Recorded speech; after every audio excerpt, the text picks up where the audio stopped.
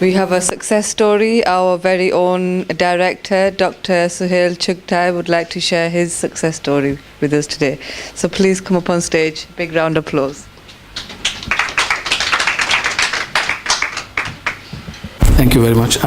We had been having success stories since day one, day two, and I think it's a practical flavor we want to bring in.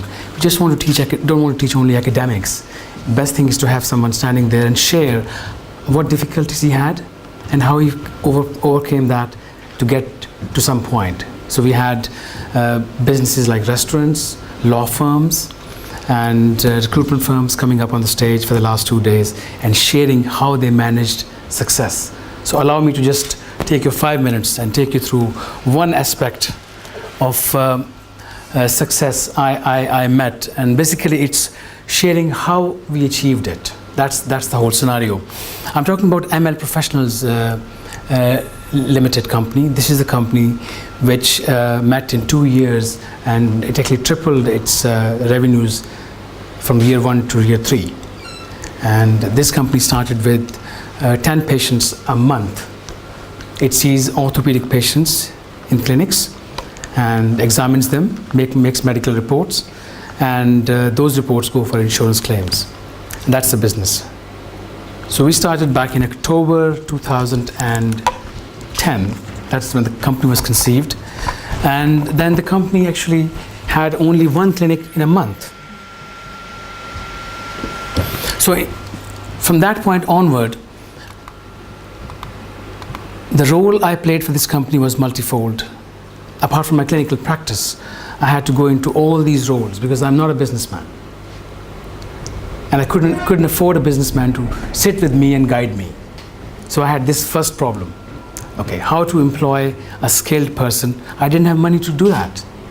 So I said, well, let's think myself. So this is all the roles I played. Of course, I was a bit nervous that I'm entering into world of business. Being a doctor, I've never had any formal training of business. So this was the first challenge I met. And I solved this problem by really thinking very hard into each thing and just changing my role from this side to another on the receiving side. If I am looking at a business, what are the good qualities of a business? So I think the project design had to be flawless. It had to have a risk analysis done. Okay, if it fails, what is the bailout? That's the first thing I did. And then I had to have staff with proper training. If they're not trained, I will train them. That's part 2. And then it had to be a financed structure in such a way that either I finance it myself, but that has to take care of risk. If I lose that bit, it shouldn't affect my life. So you could put that chunk of a business in life, assuming you will lose it, but you can carry on. This is what I did.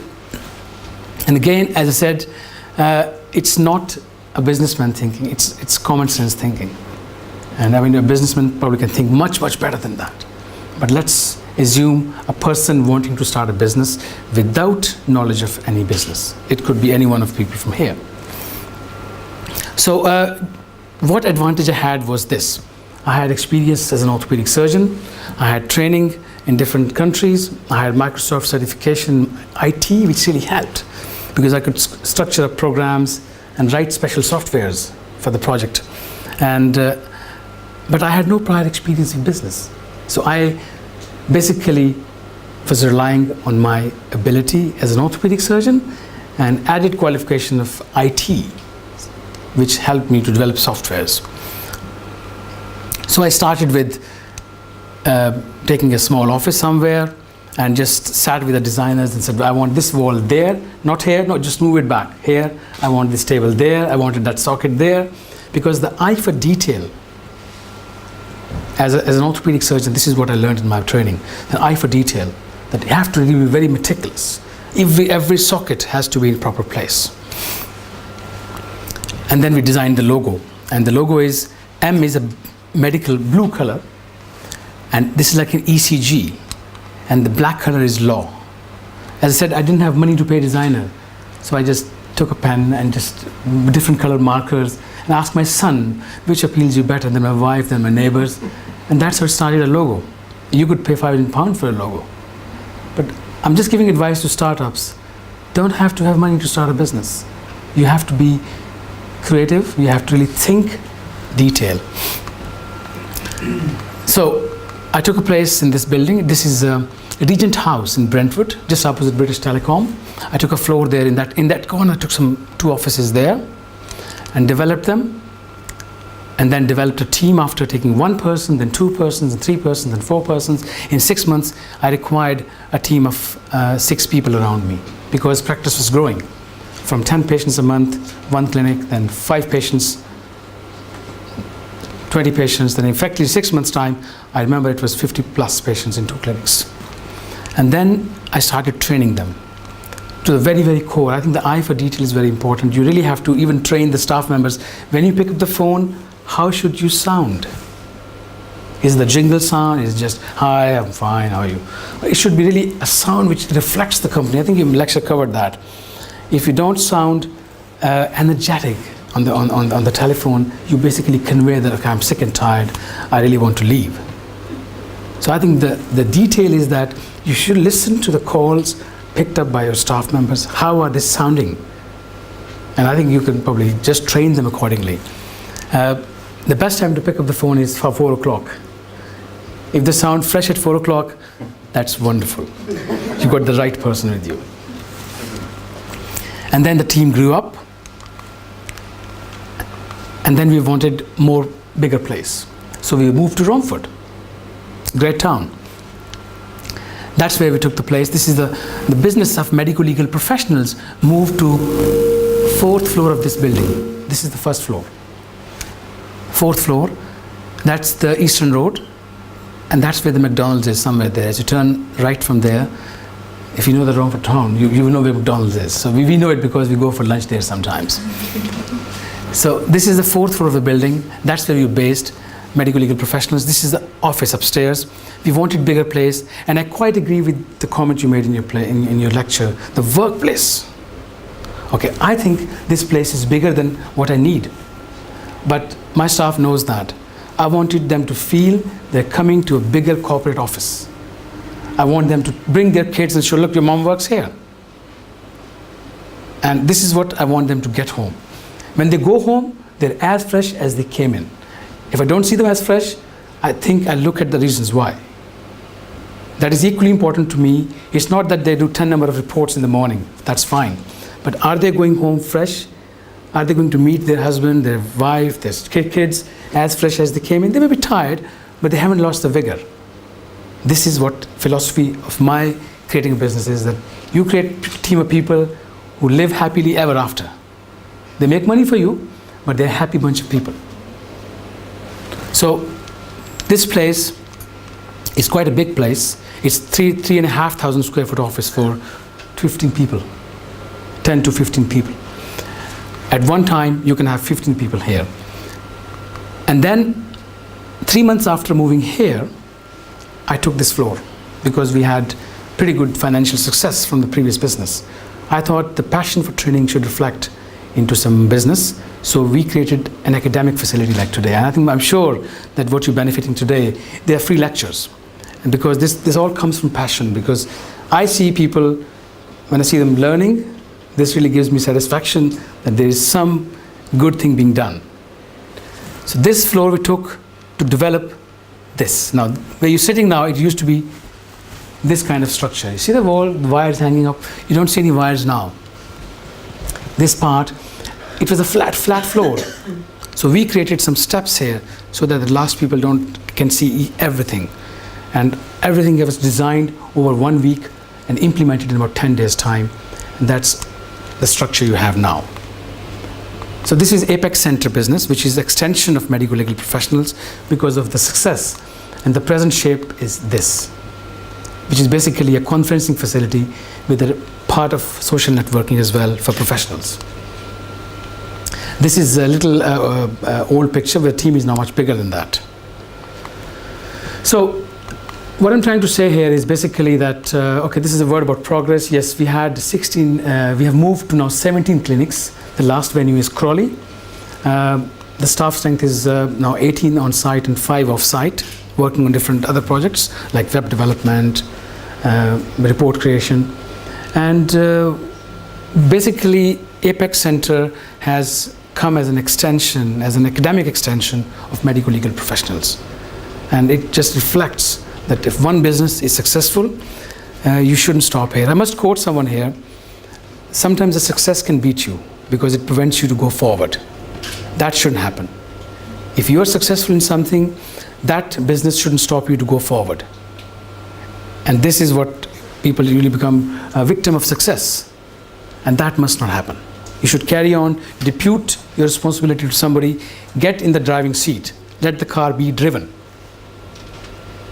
If necessary, even come out of car and let it see being driven away from you, because you know the driver is good. So this facility basically is Apex Center UK. It has a professional wing, which Sandy Valentine, you met her. She's the manager for the academic training programs. And then you have Spotlight wing, which is for professionals networking, where Sumera Shah, she's in charge of that. And we have facilities here of high definition image projection, 4-camera dual touch screen. If you want to draw on this, your teacher and your student together, they can make drawings together and they can interact. And I think at some stage we will introduce that concept on a bigger scale, that how can it affect the quality of training. Then you have a professional quality sound system.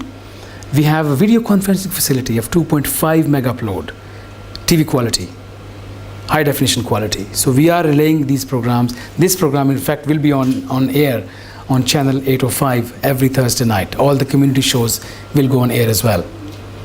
We also have our YouTube channels and webcasts, and Twitter is going on right now while you're sitting there. There are people twittering for us. And we have a voting system now. I was saying to someone here in the employability sector that we don't just give courses certificates of attendance. We are constructing courses where we will give certificates of merit. People will vote for the right choices on the screen. There will be different MCQs towards the end of the course, and they will vote, and then we can print the data out and give it to them as they leave.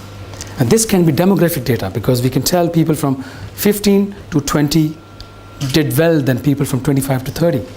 Because when we give remote control to somebody, we take information from the person, your age group, your educational qualifications, and that data can be computed depending on your requirements. That how do you want the results computed? We can print the screenshots as handouts as you leave. All these facilities are here. And of course, wireless printing. So this is basically what we have here. It's basically a structure filled with technology.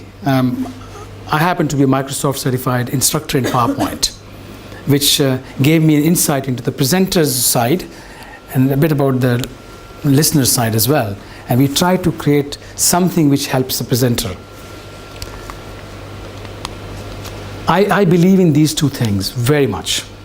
This is the essence of any success I would probably achieve ever. That eye for detail and clarity of thought. Whatever you touch and do and move, it has to be in detail, and you must be clear where you're putting your step in. It comes from medical training perhaps. And what success takes apart from that is knowledge and experience of the trade you're touching. And that will actually be your ability to run that business. And then, after you've got this right, it's your concentration and your stamina when things are not going right, especially. Because you can't have success by default. When things are not going right, this is more important. Again, willingness to carry on, not stop, just carry on, push it through. If you believe that, you will go through that. Otherwise, that little failure will dishearten and stop you. And you will just move away. So we had failures in the beginning, but that didn't stop us. And this is what I call don'ts. Do not have the team members who are looking for 5 p.m., waiting for Friday, or waiting for 29th of the month. They will be singled out in my organization. They will know. They will just find themselves unfit, because we work as a team. We don't care about time. We all work together as one unit. And I'm lucky to have such a motivated team who really support the ideas, and they push me. I tell them, I will stop leading you when I work less harder than you. That's what they know. That I will not lead this organization if I work less harder than you. And this is what the essence of success is. The leader must work harder than all the team members. And to have the right staff after these lectures is very important, because whatever you do, the work will be undone if the staff members are not rightly chosen. You do such a hard work to dig the hole, and that will be all undone. Thank you very much for very patient listening. And I close the morning session with this talk, and I think it's time for lunch. Please join us at the lunchtime, and I hope that this morning session has been wonderful. I'm very thankful for your very, very comprehensive talk, and also to Robert Benham, who kindly opened the session for us. Thank you. Please proceed for lunch.